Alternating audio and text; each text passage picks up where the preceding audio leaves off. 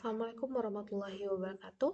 Baiklah, pada pertemuan kita yang kedua ini, pada mata kuliah perencanaan distribusi dan transportasi, kita akan membahas tentang moda-moda transportasi. Apa saja moda transportasi, kemudian apa keunggulan dan kelemahan dari masing-masing moda transportasi. Oke, sebelumnya kita mengacu kepada our vision. There is always a better way in our life. Atributnya, kita pengen maunya seperti apa dalam proses transportasi. Yang pertama itu cost, otomatis price that a carrier charge the transport is shipment. Maksudnya adalah biaya yang akan kita keluarkan dalam proses pengiriman barang. Kemudian speed, elapsed transit time from pick up to delivery. Bagaimana waktu yang kita butuhkan dalam proses pengiriman. Reliability atau konsistensi dalam proses pengiriman. Capability, amount of different type of product that can be transport. Kemampuan atau kapabilitas berapa yang bisa dikirimkan. Kapasitas berapa banyak. Kemudian flexibility, ability to deliver the product to the customer. Kemampuan fleksibel, kemampuannya apakah bisa kemampuan dalam proses pengiriman, fleksibelnya.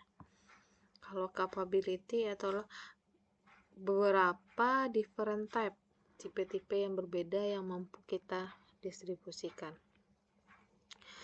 Dalam transportasi moda transportasi itu ada beberapa macam. Yang pertama itu modalnya truk dengan menggunakan truk. Biasanya itu prosesnya di darat atau road. Ada di sini bagiannya truckload dan less than truckload. Oke. Kemudian rail itu biasanya menggunakan rel atau kereta api.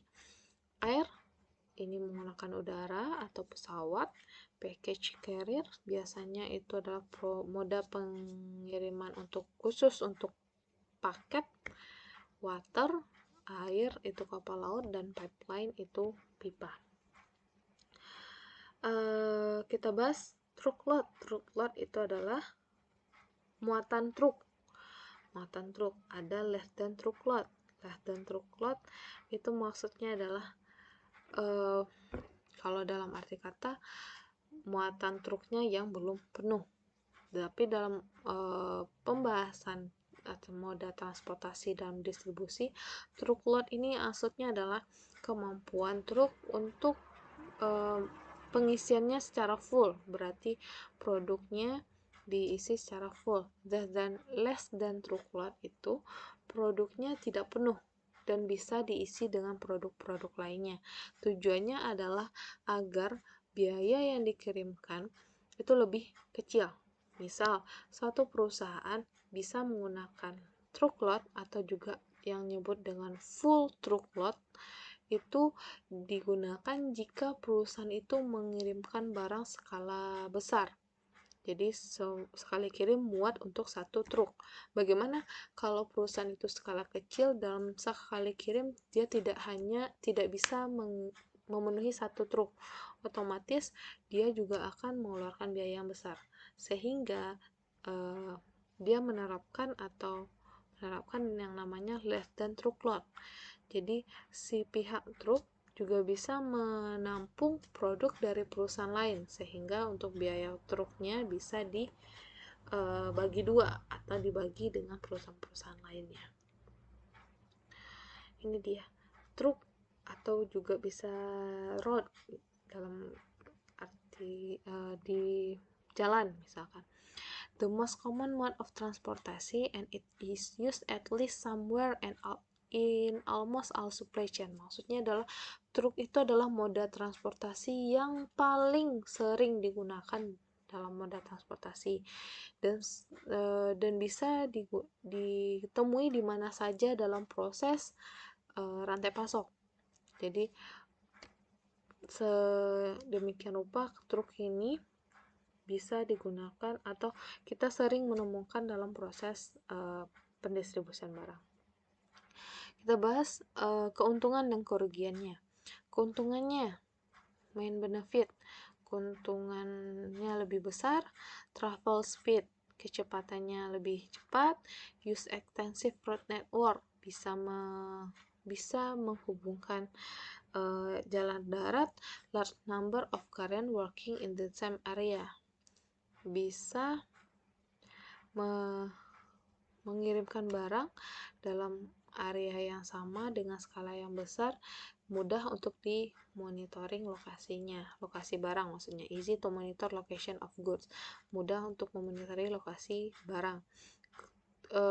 Kerugiannya, for shorter distance, maksudnya adalah jarak yang cukup pendek. Vulnerable to congestion and traffic delay, bisa ada kendala-kendala dalam proses pengirimannya. Delay, keterlambatan. Depends on full price, ketergantungan terhadap biaya bahan baku. Nah, ini beberapa keuntungan dan kerugian dalam truk. Nah, maksudnya adalah truk ini jaringan pelayanannya tak terbatas. Bisa mengangkut barang-barang yang cukup berat, tetapi dengan ukuran barang yang dibatasi oleh kondisi prasarana fisik jalan. Tidak terlalu murah atau sedang.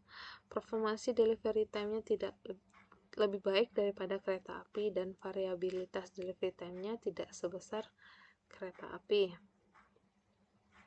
Kemudian, jenis komoditas yang bisa diangkut bisa apa saja, dan handlingnya cukup aman. Kalau kita bandingkan dengan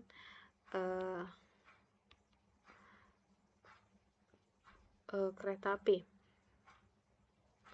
Kemudian truk load, biaya operasi dibebankan per unit truk per jarak tempuh independen terhadap unit barang yang diangkut. Less than truk load, biaya operasi dibebankan per unit barang yang diangkut per jarak tempuh.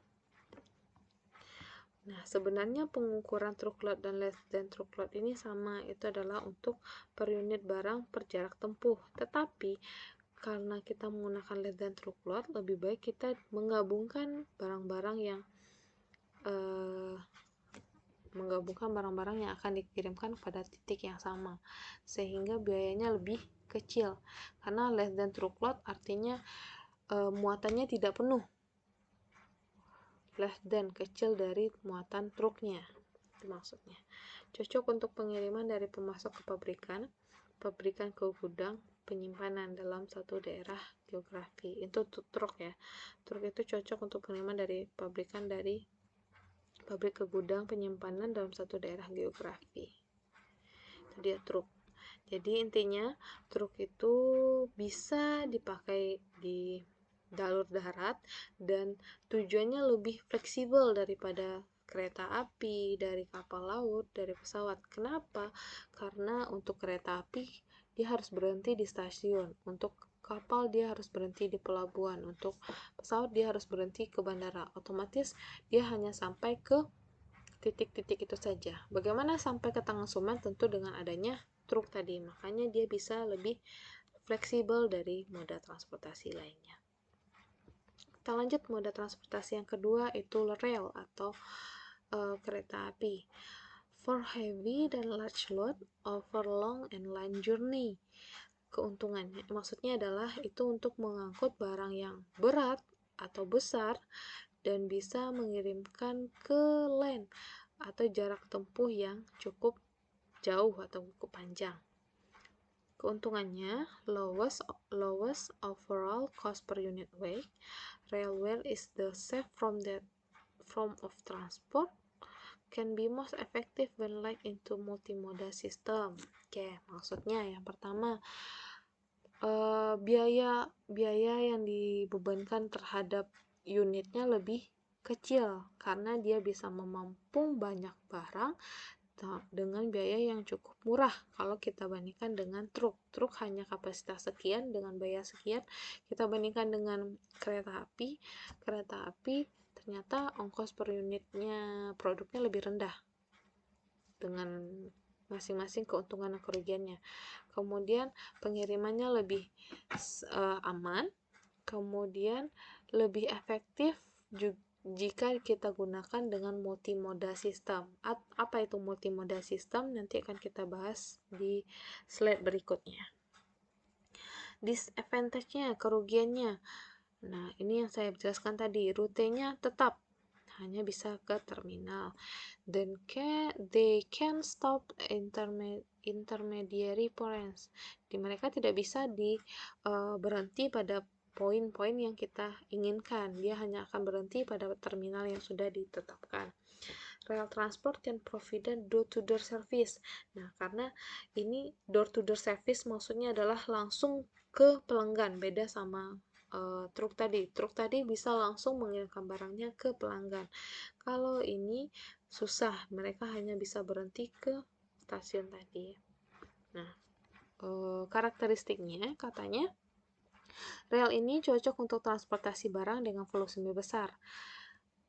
Low value shipment, time insensitive shipment. Kemudian jaringan pelayanan atau relnya terbatas. Bisa mengangkut barang-barang yang berat, volume atau ukuran yang cukup besar. Ongkosnya lebih murah, agak lebih lambat maksudnya. Variabilitas delivery time cukup besar. Jenis komoditas yang diangkutnya terutama adalah sektor industri primer atau hasil pertanian, hasil tambang, dan lain-lain. Karakteristik barang yang diangkut adalah tidak mudah rusak karena kemampuan handling kereta api yang kurang bagus. Oke, itu dia karakteristik dari rel kereta api. Kemudian moda transportasi selanjutnya itu air atau udara. Ini biasanya urgent, perishable goods, or high value are transport by air.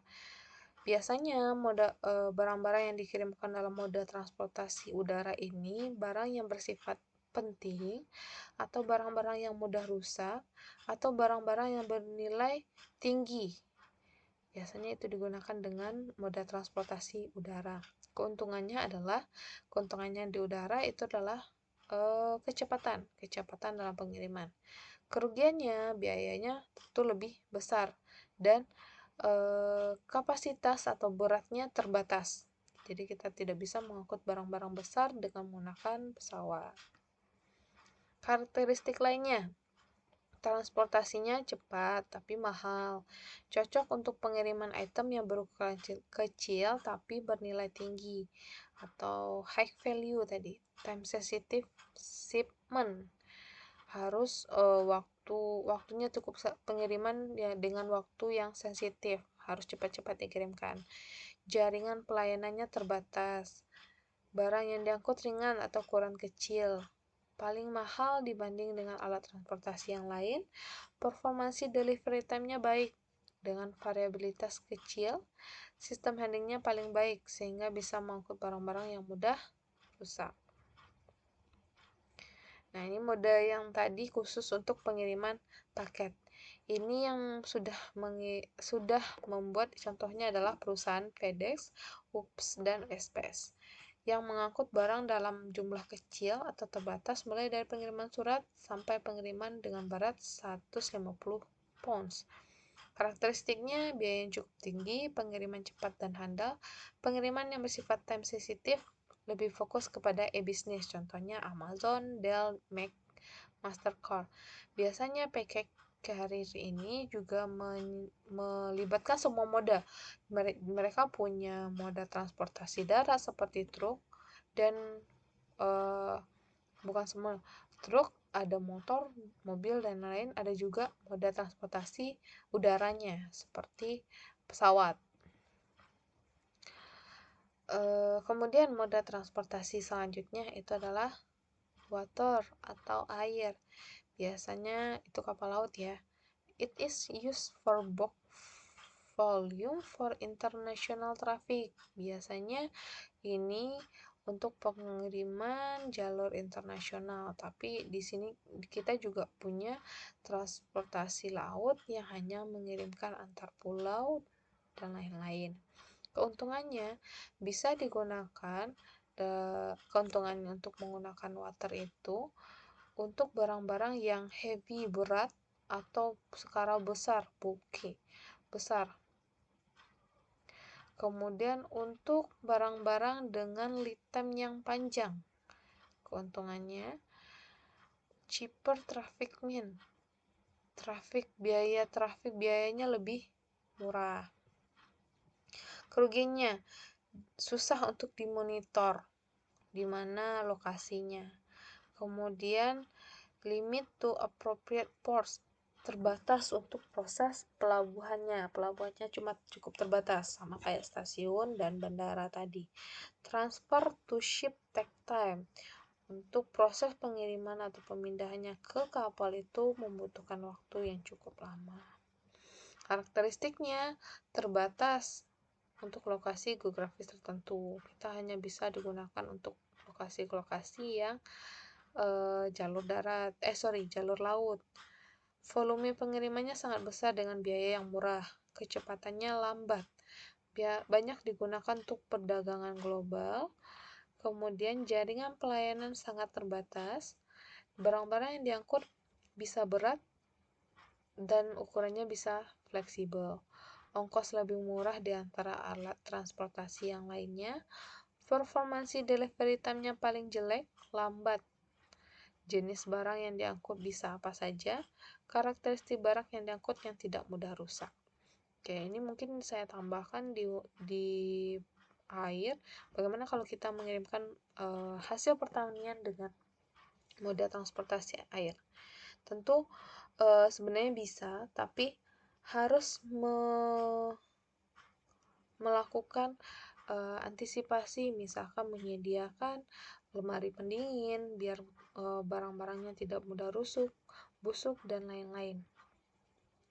Oke, selanjutnya moda yang lain itu adalah pipeline atau dengan pipa. It means use the pipeline are all and gas together with the utilities of water and sewage. Nah, biasanya untuk pipeline ini adalah moda transportasi yang digunakan untuk mengirimkan barang berupa oil, minyak, dan gas. Keuntungannya, moving large quantities of long distance, chips bisa memindahkan kuantitas yang cukup besar dengan jarak yang cukup panjang. Lebih mudah mengirimkan dalam bentuk liquid. Jaringan lokalnya juga bisa ditambahkan secara fleksibel. Kerugiannya cukup lambat. Pengirimannya cukup lambat dan tidak fleksibel karena pipa itu sendiri sudah dirancang itu tetap nggak bisa dibelok-belokkan sesuai dengan kebutuhan. Only carrying large volume of certain type of fluid, hanya bisa mengirimkan barang cukup besar tetapi dengan tipe cairan yang pasti. Karakteristik lainnya, pipeline itu biasanya digunakan untuk minyak mentah atau produk turunannya. Biaya tetapnya yang tinggi, maksudnya adalah biaya penyediaan pipa-pipanya cukup tinggi.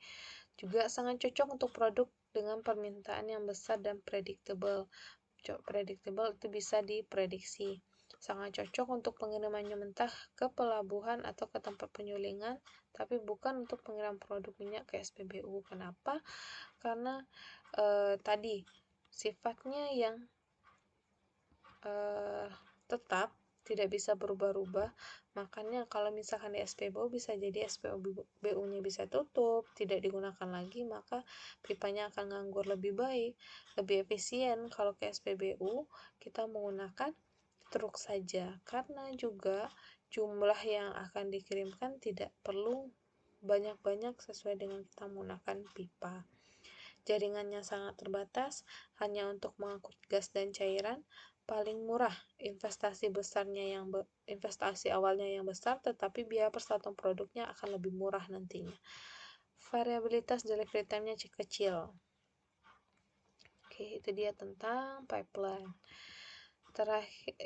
Selanjutnya itu intermoda. Tadi kita udah menyinggung intermoda dalam kasus transportasi laut. atau water. Intermoda dalam kasus rel tadi. Maksudnya adalah intermodal transportation refer to transportation when using a container or other equipment that can be transferred from the vehicle of one mode to the vehicle of another mode without the content being reload or distributed. Maksudnya adalah kita bisa memindahkan barang yang akan kita kirimkan ke moda transportasi yang lainnya. Contoh, tadi kita jelaskan kita menggunakan kereta api. Dalam proses pendistribusian kereta api itu proses pendistribusiannya terbatas, hanya sampai ke stasiun. Bagaimana kita menginginkan barang kita itu sampai ke perusahaan atau ke konsumen kita? Kita menggunakan moda transportasi darat atau truk. Nah, prosesnya itu adalah tanpa ada bongkar muat. Jadi, apa yang diangkut oleh kereta api langsung dinaikkan ke atas truk. Contoh di sini dijelaskan kontainer. Coba dibayangkan kontainer yang sudah ada di kereta api. Kereta api diangkat, dipindahkan ke truk pembawa kontainer. Tanpa kita melakukan proses bongkar muat produk tersebut. Kalau misalkan kita menggunakan bongkar muat, tentu akan menghasilkan waktu tambahan dan biaya lainnya. Kalau misalkan intermoda ini kita menggunakan dua moda transportasi atau bisa lebih dengan memindahkan barang yang kita kirimkan. Contoh tadi udah kontainer. Kontainer yang ada di kereta api kita pindahkan ke atas truk, langsung truk mengirimkan ke konsumen yang membutuhkan. Ini videonya bisa dilihat saja nanti. Nah, sekarang multimoda. Apa itu multimoda? Multimoda refers to journey that involve two or more different mode or of transportation. Sekarang dalam pengiriman produk kita bisa menggunakan beberapa moda. Contohnya kita mengirimkan produk A, kita menggunakan moda transportasi pesawat misalkan. Di Jakarta kita mengirimkan barang ke pesawat udah landing, dari pesawat kita gunakan lagi truk, dari pesawat kita gunakan kereta, dari kereta nanti kita pindahkan ke truk, itu kemudian truk mengirimkan ke konsumen. Itu juga sudah menggunakan multimoda. Tapi dalam multimoda prosesnya tentu ada bongkar muat, nggak bisa langsung dikirimkan langsung ke pemindahan langsung dari antar moda transportasinya. Ini beberapa karakteristik atau perbandingan antar moda transportasi. Dilihat dari speed, volume, security, cost, dan type of good. Highway itu maksudnya adalah jalur darat kecepatannya cukup tinggi, volumenya rendah, volume atau besar yang dikirimnya rendah, keamanannya cukup sedang, biayanya rendah, tipe yang dikirimkan bisa berbagai macam tipe produk. Kalau kereta api kecepatannya menengah, volumenya cukup besar, keamanannya cukup besar, biayanya medium, dan commonly for heavy. Biasanya barang-barang yang dikirimkan itu barang-barang yang sifat berat dan besar. Water gitu juga, barangnya yang dikirimkan berat dan besar. Udara itu barangnya yang urgent, perishable, dan high value. Kemudian yang multimoda bisa mengirimkan semua barang. Ini dia videonya. Ini ada 2 video yang ada di presentasi ini. Berikut linknya, silahkan silahkan dilihat link videonya dan silahkan dipelajari. Oke, sekian penjelasan saya mengenai moda transportasi. Terima kasih atas perhatiannya. Assalamualaikum warahmatullahi wabarakatuh.